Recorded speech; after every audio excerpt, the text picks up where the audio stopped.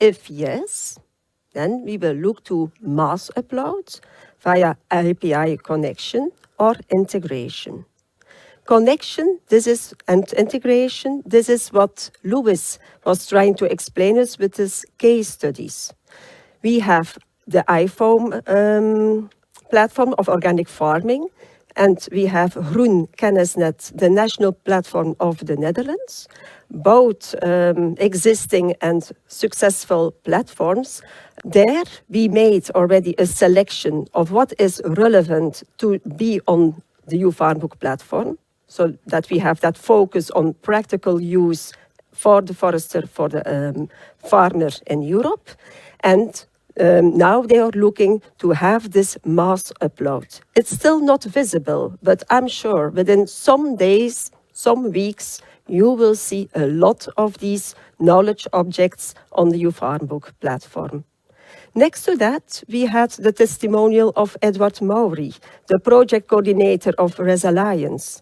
What he is doing with us is he is creating a project space on the EU-FarmBook platform directly. So what he was telling us, he is saving money, he is saving all these headaches about self-archive on the project website of Res Alliance. Again, you don't see all these nice project outputs from that project, but later on, I'm sure you will see a lot of fact sheets of this nice project.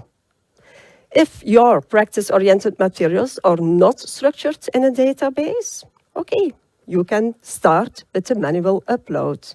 This is what Sabine Paulette did with Smart Protect knowledge objects. And this is also what was shown, illustrated by Lewis for the Arachnos Explorer's Guide. Another important question. Are the practice-oriented materials already available in another platform? On YouTube, Zenodo, or we can say, are they somehow already published? If yes, okay, I think we don't have the time here to go more in depth with you, but we will guide you through the process and we will offer you training sessions.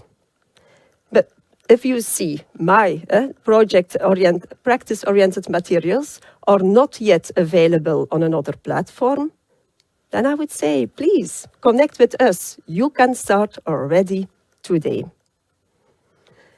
I want to tell you that EU-FarmBook is a database for agriculture and forestry information.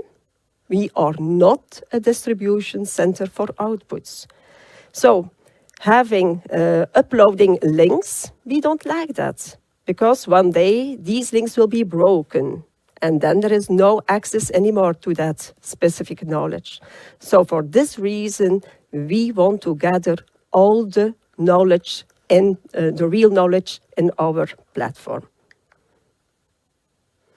Contributor agreement. I know this is something we have to have it in order to respect the intellectual property rights of each practice-oriented material. So we need to be agreed on this contributor agreement. And somehow we are afraid because we think we will not understand, we will need legal expertise on that. But no, let me show you the backbone of this two-page text. We start with saying who are the two parties. We have EU-FarmBook, and next to that, you, the project. We say you are the contributor, you are our contact person between FarmBook and the project. Next, we are looking to definitions. What do we mean by contributing or uploading? What do we mean by a knowledge object? What do we mean by provider of knowledge objects? I must say in general, and I think that's very important for you to keep in mind, that we want to just share knowledge. We want to exchange it. We want to have that open science ID. And we are having the free access to all kinds of contributions. And then you will see, I think it's we wrote it in a simple language so that you easily can understand some actions of the contributor, the responsibility of the contributor, some sentence about EU-FarmBook retains rights. For example, we want to present the knowledge objects in an attractive way. So for these reasons, we can somehow add a nice image or something to that. All very simple sentence. And at the end, if there is a need for amendments on the contributor agreement, or you want to terminate our cooperation on that, this is also inside that contributor agreement.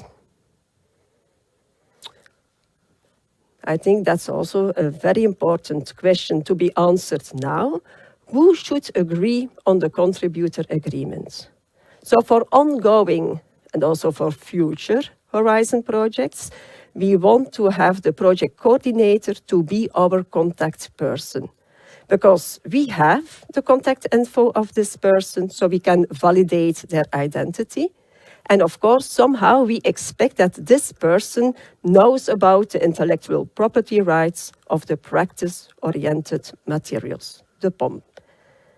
For finished projects, please, this is also very valuable information. We want to collect it as well, but if it's impossible or somehow very difficult to reach the coordinator of the finished projects, we say all project partners can contribute.